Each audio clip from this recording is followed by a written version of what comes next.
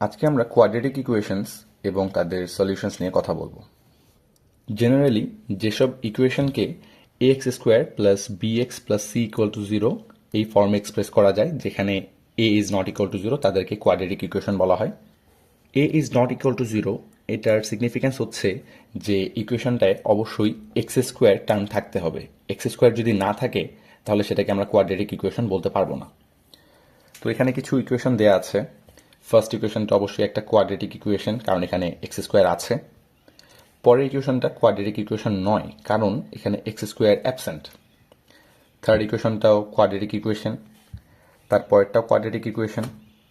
এটা quadratic equation হচ্ছে না, কারণ এখানে এক্স স্কোয়ার আছে কিন্তু এক্স কিউবও আছে। আমাদের কোয়াড্রেটিক ইকুয়েশনে তো এক্স স্কোয়ারের থেকে হায়ার কোনো পাওয়ার থাকার কথা না, এই কারণে এটা কোয়াড্রেটিক ইকুয়েশন হচ্ছে না। ফাইনালি আমাদের লাস্ট ইকুয়েশনটাও একটা কোয়াড্রেটিক ইকুয়েশন হবে। যদি কোনো সিম্পল কোয়াড্রেটিক ইকুয়েশন দেওয়া থাকে, সেটা ইউজুয়ালি কোনো স্পেশাল টেকনিক ছাড়া বা কোনো স্পেশাল ফর্মুলা ছাড়াই সলভ করে ফেলা যায়। যেমন আমাদের দেয়া আছে x square minus four is equal to zero. এটা যদি আমরা সলভ করতে চাই তাহলে বোথ সাইডসে আমরা প্লাস ফোর করি, করলে পাচ্ছি x square is equal to four. তাহলে এক্স ইকুয়াল টু হবে plus minus square root of four, which is plus minus two. কিন্তু কোয়াড্রেটিক ইকুয়েশনটা যদি খুব একটা সিম্পল না হয় বা ফ্যাক্টরাইজ করা পসিবল না হয়, সেক্ষেত্রে আমরা কোয়াড্রেটিক ফর্মুলা ইউজ করতে পারি। অর্থাৎ যে কোনো কোয়াড্রেটিক ইকুয়েশনকে আমরা x equal to minus b plus minus root over b square minus four a c divided by two a, এই ফর্মুলা দিয়ে সলভ করতে পারবো। তো এই ফর্মুলা বা এই কোয়াড্রেটিক ফর্মুলা দিয়ে আমরা যে কোনো কোয়াড্রেটিক ইকুয়েশন সলভ করতে পারবো।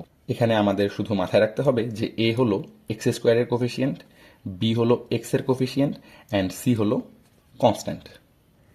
Fifteen x square minus seven x minus four equal to zero, এই ইকুয়েশনটা কোয়াড্রেটিক ফর্মুলা দিয়ে যদি আমরা সলভ করতে চাই তাহলে কিভাবে করতে পারি? শুরুতে আমাদের কোয়াড্রেটিক ফর্মুলা মাথায় রাখতে হবে যে x equal to minus b plus minus root over b square minus four a c divided by two a. এখানে এ হলো এক্স স্কোয়ারের কোফিসিয়েন্ট, যা এই ইকুয়েশনে হলো 15। বি হলো এক্স এর কোফিসিয়েন্ট, যা এখানে মাইনাস সেভেন, অ্যান্ড সি হলো কনস্ট্যান্ট টার্ম এই ইকুয়েশনে, যা হলো মাইনাস ফোর।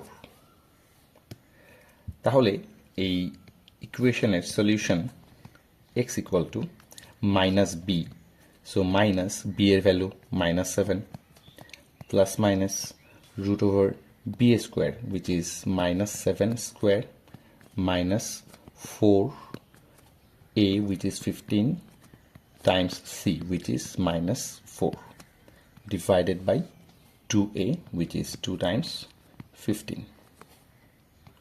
এটাকে আমরা লিখতে পারবো 7 প্লাস মাইনাস রুট ওভার, এটা হয়ে যাবে 49, এবং এটা হবে প্লাস 240 divided by 30. এটাকে ফার্দার সিম্পলিফাই করে আমরা লিখতে পারি 7 প্লাস মাইনাস 17 ওভার 30। তো এখন এক্স এর ভ্যালু হবে একবার 7 প্লাস 17 ওভার 30, আবার এক্স হবে 7 মাইনাস 17 ওভার 30। প্রথমটাকে সিম্পলিফাই করলে আমরা এক্স এর ভ্যালু পাবো 4/5, এবং এটাকে সিম্পলিফাই করলে আমরা এক্স এর ভ্যালু পাবো minus 1/3, and these two are our answers. 5x square plus 30x minus 39 equal to 0, এই ইকুয়েশনটাকে আমরা এখন কোয়াড্রেটিক ফর্মুলা দিয়ে সলভ করব। তো শুরুতেই আমাদের এ বি সি আইডেন্টিফাই করে নিতে হবে। এ ছিল এক্স স্কোয়ারের কোফিসিয়েন্ট, যা এখানে 5, বি হলো এক্স এর coefficient which is 30, and c is the constant which is in this case minus 39. Quadratic formulae x was equal to minus b plus minus root over b square minus 4ac divided by 2a. এখন শুধু আমাদের এই ABC এর value বসালেই হয়ে যাবে। তো ভ্যালুগুলো বসাই, -30 plus minus √30 square minus 4 times 5 times -39 divided by 2 times 5। এটাকে সিম্পলিফাই করলে আমরা পাবো -30 plus minus √1680 divided by 10। So x এর একটা ভ্যালু হবে -30 প্লাস √1680 ওভার 10, যেটাকে আমরা ক্যালকুলেটর ইউজ করে সিম্পলিফাই করে লিখতে পারি 1.099। অ্যান্ড এক্স এর আরেকটা ভ্যালু আমরা পাবো -30 মাইনাস √1680 ডিভাইডেড বাই 10। এটাকে ক্যালকুলেটর ইউজ করে ডেসিমাল পয়েন্টে আমরা লিখতে পারি -7.099, and these two are our answers.